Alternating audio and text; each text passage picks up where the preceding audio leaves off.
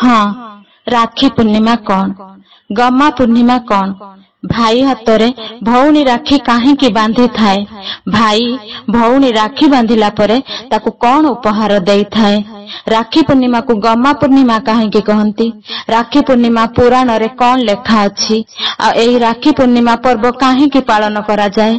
चलंतु एही वीडियो माध्यम रे आमे सब किछि जानि परिबा। जदि मो चैनल टी आपनकु भलो लागि थाए तो सब्सक्राइब निहाती भाबरे करिवे, गोटे लाइक करिवे, गोटे कमेंट करि देबे, शेयर करने को जमा भी भूलिबेनी। चलंतु सुनिबा। राखी पूर्णिमा बा गम्मा पूर्णिमा एक जनप्रिय पारंपरिक हिंदू पर्व और यह दक्षिण एशिया रे पालन करा जाए। एही पर्व भाई और भौणी मध्य बंधुत्व को दृढ़ करिथाए। एही दिन भौणी भाई हाथ रे राखी बांधि थाए और तांकर उज्जवल भविष्यत पई प्रार्थना करिथाए। बदल रे भाई तार भौणी को रक्षा करिबार संकल्प नेई थाए। एही पर्व श्रावण मासर पूर्णमी दिन पालन करा जाई थाए। तबे अन्य राज्य मानकरे एही श्रावण पूर्णिमार पर्व भिन्न रीति रे पालन होई थाए। श्रावणर प्रति सोमवार शिव मंदिर रे जल लागि सह पूर्णमी रे एही पर्व बहुत आडंबर सहित पालित होई आसुथाए। पुराण और इतिहास रे रहिछि रक्षा बंधनर अनेक घटना। पुराण रे असुर राजा बळी ठारू मोगल सम्राट हुमायूं जाए रक्षा बंधन भौणीर सम्मान रक्षा करि आसिछि। असुर सम्राट भली भगवान विष्णुंकर जणे बड़ भक्त थिले। तांको उपरे कौनसी विपद आसु एहा विष्णु चाहु नथिले। तेणु बळी उपरे विपद थिबा जानी विष्णु वैकुंठ त्याग करी बळीर राजप्रासाद अवस्थान कले।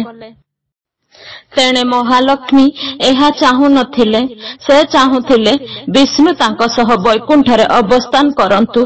एहार एक उपाय चिंता करी लक्ष्मी ब्राह्मणी बेशरे बळी को भेटिले। श्रावण पूर्णमी रे से बळी हाथ रे राखी बांधि देइथिले। एहा परे जणे भाई हिसाब रे लक्ष्मी को कथा बुझिबा बळींकर कर्तव्य थिला। लक्ष्मी कोन चाहुचंती जानिबा परे से विष्णु को वैकुंठ रे रहिबा को अनुरोध करथिले। महाभारत रे मध्य एपरि एक पौराणिक कहानी रहिछि। कहानीटी कृष्ण और द्रौपदी को नहीं। श्रीकृष्ण अत्याचारी शिशुपाल को बद्ध करिबा बेले तांकर अंगुली कटि जाइतिला। सेथिरु रक्त बाहरिबा देखि द्रौपदी निज पिंधा साड़ी चिरी सेथिरे गुड़ाई देइतिले। फलरे रक्त बंद हो जाइतिला। द्रौपदी मध्यरे श्रीकृष्ण भौणी स्नेह पाइथिले।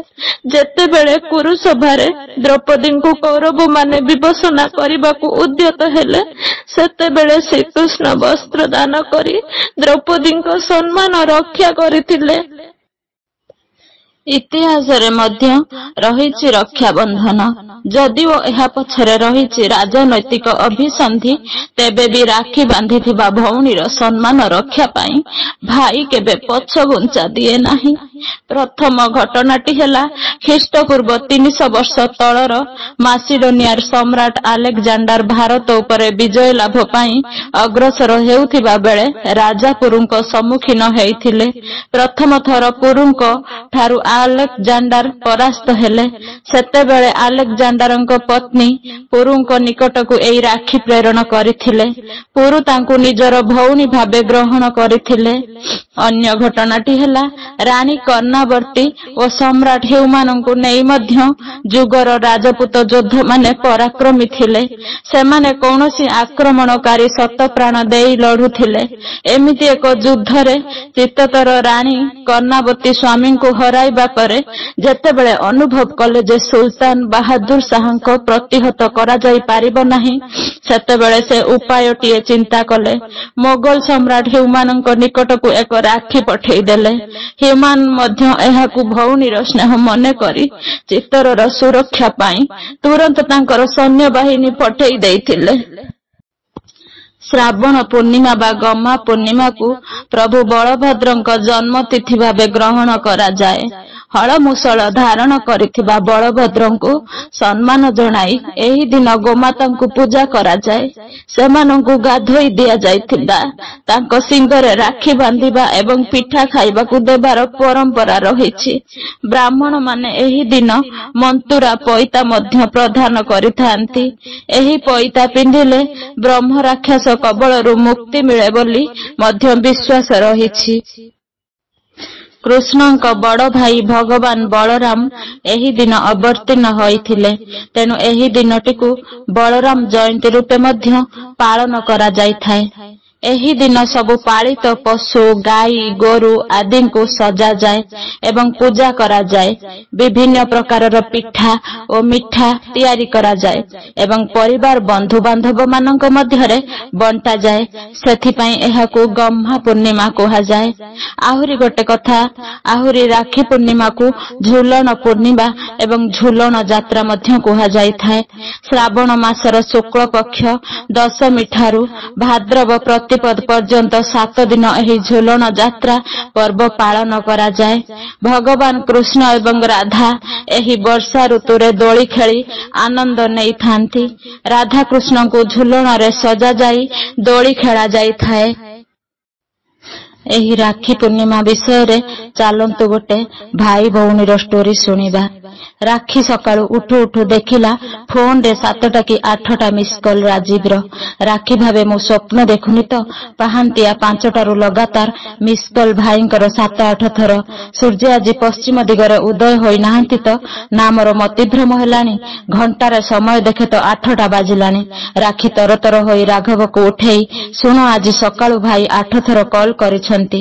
ରାଘବ କହେ, ଏଥିରେ ଆଶ୍ଚର୍ଯ୍ୟ କଣ ହେଉଛ? ରାକ୍ଷୀ କହେ, ଯୋଉ ମଣିଷ 9ଟା ନହେଲେ ବିଛଣା ଛାଡୁ ନଥାଏ, କେତେ ଯେ ଝଗଡା କରନ୍ତି ମୋ ସହ। ମୁଁ ବେଳେ ବେଳେ ପାଣି ବି ଢାଳିଲେ ସେ ଉଠନ୍ତିନି। ଆଜି ସେ ପାହାନ୍ତିଆ 5ଟାରୁ ଉଠିକି ମତେ ମନେ ପକାଇଛନ୍ତି। ରାଘବ ଭାବେ, ଆରେ ରାକ୍ଷୀ ତୁମର ଆଜି ଜନ୍ମଦିନ ବୋଧେ, ସେଇଥିପାଇଁ ଭାଇ ଫୋନ କରିଛନ୍ତି। ଜଲ୍ଦି ଫୋନ କର। ଆଜି ଆରେ 22 ତାରିଖ ମୋର ଟିକେ ବି ମନ ନାହିଁ, ହେଲେ ଭାଇ ସାମାନ୍ୟ ଜନ୍ମଦିନର ଶୁଭେଚ୍ଛା ଜଣାଇବା ପାଇଁ ଏତେ ଥର ଫୋନ? ଏହା ଆଶ୍ଚର୍ଯ୍ୟ ଲାଗୁଛି। ମନ ଭାରି ଅବିଚଳ ଲାଗୁଛି। ତରତର ହୋଇ ଭାଇକୁ ଫୋନ କଲା ରାକ୍ଷୀ। ଭାଇ, କିଛି ଅସୁବିଧା ହୋଇଛି କି? ରାକ୍ଷୀ ଜନ୍ମଦିନର ଅନେକ ଅନେକ ଶୁଭେଚ୍ଛା। ଏ କଥା ଶୁଣି ରାକ୍ଷୀ ଆଶ୍ଚର୍ଯ୍ୟ ହେଲା। କହିଲା, ଭାଇ ମତେ ଜନ୍ମଦିନର ଶୁଭେଚ୍ଛା ଜଣାଇବା ପାଇଁ ଏତେ ଥର ଫୋନ କରିଥିଲେ?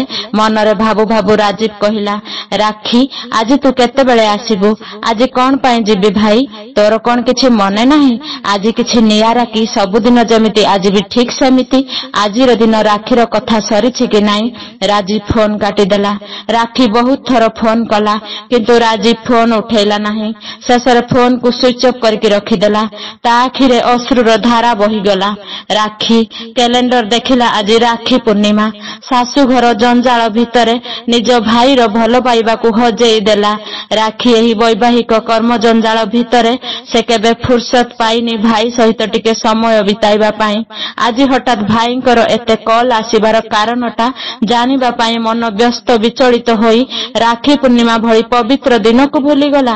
ବହୁତ ସମୟ ଫୋନ କଲା ଭାଇକୁ, କିନ୍ତୁ ଭାଇ ଫୋନ ଉଠେଇଲେ ନାହିଁ। ରାଜୀବ ଏପଟେ କାନ୍ଦୁଥାଏ, ମୋ ରାକ୍ଷୀ କଣ ସବୁ କଥା ଭୁଲିଗଲା? ରାକ୍ଷୀ ପୂର୍ଣ୍ଣିମା ପାଖାପାଖି ଜନ୍ମ ହେଇଥିଲା ବୋଲି ଆଦରରେ ରାକ୍ଷୀ ଡାକୁଥିଲି। ସତରେ କଣ ରାକ୍ଷୀ ତା ଭାଇକୁ ଭୁଲିଗଲା? ସେହି ଛୋଟ ବୟସର ରାକ୍ଷୀ କଥା ମନେ ପଡିଗଲା। ଆଜିର ଘଟଣାବଳୀକୁ ମନେ ପକାଇଲେ ମୋ ହୃଦୟ ଖଣ୍ଡ ବିଖଣ୍ଡିତ ହୋଇଯାଉଛି। ତାର ମନ ବି ନାହିଁ ଆଜି ରାକ୍ଷୀ ପୂର୍ଣ୍ଣିମା। ରାକ୍ଷୀ ପୂର୍ଣ୍ଣିମା ଏମିତି ଏକ ପର୍ବ ଯେଉଁଦିନ ଭାଇ ଭଉଣୀ ସହିତ କଥା ହଉନଥିବ, ସେହି ଝଗଡାର ମିଳନକୁ ଏକ ରଜ୍ଜୁରେ ବାନ୍ଧି ଦେବା ପାଇଁ ଏହି ପର୍ବ ରଖାଯାଇଛି। ଭାରି ଅତୁଟ ଅଟେ ଏହି ବନ୍ଧନ। ଯେତେବେଳେ ରାକ୍ଷୀ ଜନ୍ମ ହେଲା, ଡାକ୍ତର କହିଲେ କେବଳ ଜଣକୁ ବଞ୍ଚାଇ ହେବ, ଛୁଆକୁ ନଚେତ ମାକୁ। ମତେ ସେତେବେଳେ ତ ମାତ୍ର 10 ବର୍ଷ ହୋଇଥିଲା। ବାପା କଥା ଶୁଣି ଆଶ୍ଚର୍ଯ୍ୟ ହୋଇଗଲେ। ବାପା ମାକୁ ବହୁତ ଭଲ ପାଉଥିଲେ। ବାପା ଡାକ୍ତରଙ୍କୁ କହିଲେ ମାକୁ ବଞ୍ଚେଇ ଦିଅନ୍ତୁ। ମୁଁ ଆଶ୍ଚର୍ଯ୍ୟ ହୋଇଯାଇଥିଲି। ବାପା ମାଙ୍କୁ କଣ ଏତେ ଭଲ ପାଆନ୍ତି ହୋଇଥିବ? ବାପା ଜଣେ କବି ଥିଲେ। କେଉଁଠି ମନଲୋଭା ଦୃଶ୍ୟଟିଏ ଦେଖୁଦେଲେ ତାହାକୁ ବର୍ଣ୍ଣନା କରି କବିତା ଲେଖି ଦେଉଥିଲେ। ଅତି ସୁନ୍ଦର ବର୍ଣ୍ଣନା ଦେଇ ତା ପୁଣି ମା ସହିତ ତୁଳନା କରି ବାପାଙ୍କୁ ପ୍ରତିଟି କବିତାରେ ମାର ସ୍ଥାନ ଯଥାର୍ଥ ଥିବ। ଜଳ କବିତାରେ ଜଳର ଉପସ୍ଥାପନା କମ୍, ଜଳ ସହିତ ମୋ ମାର ମନକୁ ଖୁବ୍ ସୁନ୍ଦର ବର୍ଣ୍ଣନା କରିଦେଇଥାନ୍ତି ବାପା। ବାପାଙ୍କର ସବୁ କାହାଣୀରେ ସବୁ ଲେଖା ମୋ ମା ପାଇଁ। ମୋ ବାପାଙ୍କ ପ୍ରଥମ ପ୍ରେମ ମୋ ମା, ଶେଷ ପ୍ରେମ ମଧ୍ୟ ମୋ ମା। ହେଲେ ବେଳେ ବେଳେ ବାପାଙ୍କୁ ମନ ପଡ଼ିଗଲେ ବାପାଙ୍କ ଆଲମାରୀ ଥାକରୁ କବିତା ଲେଖା ଖାତାକୁ ଆଣି ମନ ଦେଇ ପଢ଼ିଦିଏ। କବିତାରେ ମୋ ମାର ଚିତ୍ର ଆଙ୍କିଯାଏ। ମନରେ ଭାରି ସ୍ନେହାଧୀନ ଥିଲା ଏହି ପ୍ରେମ ସମ୍ପର୍କ। ବିରହ କୋହକୁ ନେଇ ସୁଖକୁ ମଧ୍ୟ ଭାଗ ବାଣ୍ଟି ଜୀବନ କାଟୁଥିଲେ ମୋ ମା ବାପା। ଯେତେବେଳେ ରାକ୍ଷୀ ଜନ୍ମ ହୋଇଗଲା, ମୋ ମା ଏହି ଦୁନିଆରୁ ବିଦାୟ ନେଇଗଲା। ମା ମରିବାର ଶୁଣି ବାପା ରାକ୍ଷୀକୁ କୋଳରେ ଧରିବା ଦୂରର କଥା, ରାକ୍ଷୀକୁ ଦେଖି ବି ନାହାନ୍ତି। ମା ମରିବାର ଶୁଣି ବାପା ହୃଦଘାତ ଯନ୍ତ୍ରଣାରେ ଏ ଦୁନିଆରୁ ବିଦାୟ ନେଇଗଲେ। ବୋଧେ ଦୁଇ ଜଣଙ୍କ ଆତ୍ମା ସାଙ୍ଗ ହୋଇକି ଯାଇଥିଲେ। ଭାରି ଆଶ୍ଚର୍ଯ୍ୟ ଲାଗେ ବାପାଙ୍କ କଥା ଭାବିଲେ। ରାକ୍ଷୀକୁ କେମିତି ବଡ଼ କରିବି ଭାବୁଥାଏ। ଦେଖୁ ଦେଖୁ ସମୟ ତ ଗୋଡ଼ ହାତ ନାହିଁ ଯେ ଥକିଯିବ। ସମୟର ଗତି ସହିତ ଦେଖୁ ଦେଖୁ ରାକ୍ଷୀକୁ 5 ବର୍ଷ ହୋଇଗଲା। ସାଙ୍ଗସାଥୀଙ୍କୁ ଦେଖିଲି ଯେ ମତେ ପ୍ରଥମ ଥର ଜିଦ୍ କରୁଥିଲା, ଭାଇ ମୁଁ ରାକ୍ଷୀ ବାନ୍ଧିବି, ମତେ ଚକୋଲେଟ୍ ଦବ। ମୁଁ ସେଦିନ ବହୁତ ଖୁସି ହୋଇଥିଲି। ତା ପାଇଁ ନୂଆ ଡ୍ରେସଟିଏ ଆଣି ଦେଇଥିଲି। ତା ଗୋରା ଦେହରେ ନୂଆ ଡ୍ରେସଟା ଭାରି ମାନୁଥିଲା। ସ୍ୱୟଂ ସ୍ୱର୍ଗର ମେନକା ପରି ଦେଖାଯାଉଥିଲା। ତାକୁ କାହା ନଜର ନ ଲାଗୁ ଭାବିକି କଳା ଟିପା ବି କରିଦେଉଥିଲି। ରାକ୍ଷୀଟି କୋଉଠୁ ଆଣିଥିଲା, ମତେ ପଇସା ମାଗିଥିଲା ଆଣିବା ପାଇଁ। ରାକ୍ଷୀ ପୂର୍ଣ୍ଣିମା ଦିନ ମୋ ହାତରେ ଆଣି ବାନ୍ଧିଦେଲା। ଠିକ୍ ସେ ବାନ୍ଧି ପାରୁନଥିଲା, ମୁଁ ଟିକେ ହାତ ମିଳେଇଲି, ବାନ୍ଧିଦେଲା। ଶେଷରେ ହୀନ ଦୋକାନରୁ ଲଡୁଟିଏ ଆଣିଥିଲା। ମତେ ଅଧା ଖୁଆଇ ସେ ନିଜେ ଟିକେ ଖାଇ ନେଇଥିଲା। ମତେ ଉପହାର ପାଇଁ ଜିଦ୍ ମଧ୍ୟ କରିଥିଲା। ମୁଁ ଉପହାର ଆଣିକି ମଧ୍ୟ ନ ଆଣିବାର ବାହାନା କରିଲି ତାକୁ ରୋଷେଇବା ପାଇଁ। ସେଇ ଛୋଟ ଗେହ୍ଲେଇ ମୁହଁରେ ରାଗଟା ଭାରି ସୁନ୍ଦର ଦେଖାଯାଉଥିଲା। ନାକ ତାର ଫୁଲି ଯାଉଥିଲା। ଶେଷରେ କହିଲା, ଯଦି ମୋ ପାଇଁ ଉପହାର ଆଣିନ, ମୋ ରାକ୍ଷୀ ଦେଇଦିଅ। ମୁଁ ବଡ଼ ଭାଇ ହୋଇ ବୁଝେଇ କହିଥିଲି, ଆଲୋ ଫୁଲେଇ, ଏମିତି ରାକ୍ଷୀ ବାନ୍ଧିଲେ ରାକ୍ଷୀ ମାଗନ୍ତିନି। ତୁମେ ଆଜି ଉପହାର ଦେବା କଥା କାହିଁକି ଦେଲନି ଯେ? ଆଣିଛି, ଏଇ ନେ ତୋର ଉପହାର। ଏଥର ଖୁସି ତ? ସେ ଖୁସିରେ ମୋ ପାଦ ଛୁଇଁ ଦେଉଥିଲା। କିଶୋରୀ ଅବସ୍ଥା ଆସିଲା ସେ ରାକ୍ଷୀ ପୂର୍ଣ୍ଣିମା ଦିନ।